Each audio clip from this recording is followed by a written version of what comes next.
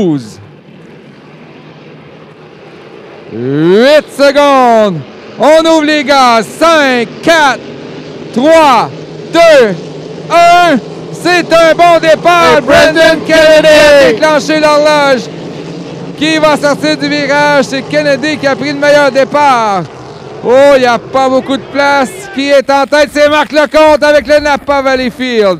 Daou a des difficultés dans le virage. Et là, le vent s'élève. Qui est à ses côtés? Est-ce Kennedy? C'est difficile à voir. Je crois que c'est Martin Plutôt Martin Rochon, je crois, qui est à ses côtés. On ne voit même pas Brendan Kennedy. Il est 3e. Alors que Hansberry est maintenant 4e. Et on voit que Daou rattrape là les meneurs. En tête, Marc Lecomte, pourchassé par Martin Rochon et l'Olympique. 3e, Brendan Kennedy. Hansberry, 4e. 5e, Total. Quelle performance, là! Martin Rochon qui est sorti très rapidement de ce premier virage pour venir se coller à Lecomte. Oh, une surprise là. Tout le monde est OK, donc un bon départ légal pour tous les pilotes.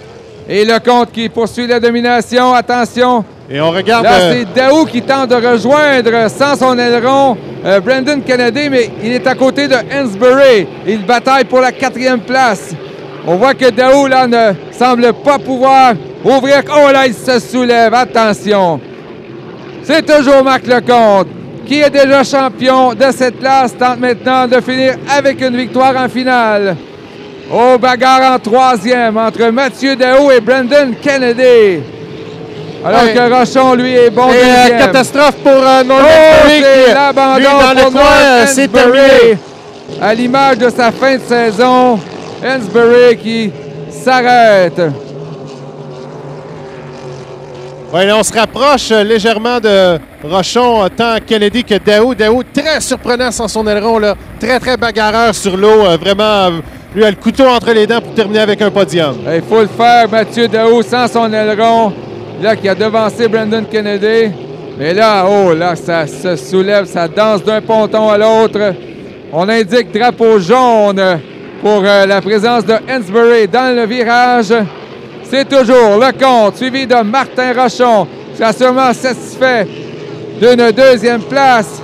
Lui qui, encore une fois, a eu des avaries cette saison. Ça serait à tout le moins une bonne fin de saison pour Martin Rochon. Et Lecomte qui a maintenant 5 secondes de priorité sur l'Olympique, donc une bonne avance avec 2 tours encore à compléter.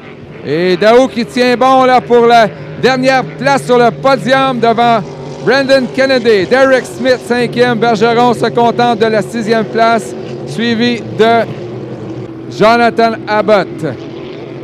Et là, Lecomte qui est vraiment en position de contrôle. Mais on voit les moutons dans le tournant côté ouest. Donc, il faudra faire attention. Le vent qui s'est élevé.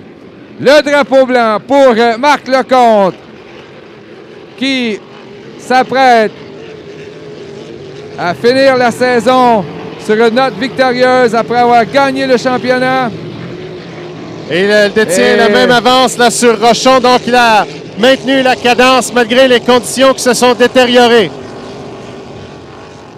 Alors, c'est toujours Lecomte avec le vent. On voit les moutons sur le parcours. Il faudra faire attention. Un demi-parcours à faire pour le Napa Valleyfield. Quelle saison ils connaissent.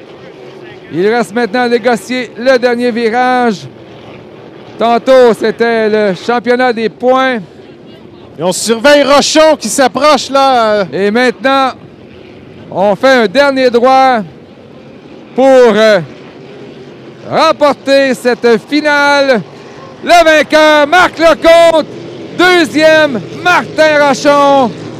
3e, quelle performance de Mathieu Daou avec The Dog, suivi de Brendan Kennedy. On aura Derek Smith en 5e, Bergeron en 6e et le head rush de Jonathan Abbott en 7e. Alors, très bonne performance de Lecomte encore une fois, mais Martin Rochon qui nous surprend dans cette finale avec une 2e place. Oui, lui, on a eu peur qu'il soit absent de cette finale, a été le dernier à quitter les puits et vraiment là, pendant un certain moment, a tenu tête à Lecomte, a offert toute une performance. Lecomte, lui, qui a changé sa stratégie, lui qui n'avait plus à jouer de façon sécuritaire, voulait la victoire et il défend avec succès son titre acquis l'an dernier ici à Beauharnois, lui champion en 2011. Mais surtout Mathieu Daou, le pilote qui lui est en première saison en Hydro 350, sans son aileron dans des conditions difficiles. Vraiment, chapeau pour ce jeune pilote de Valleyfield. On avait dit, c'est-à-dire, on avait vu ce matin à Météo Média que le vent tournerait de nord à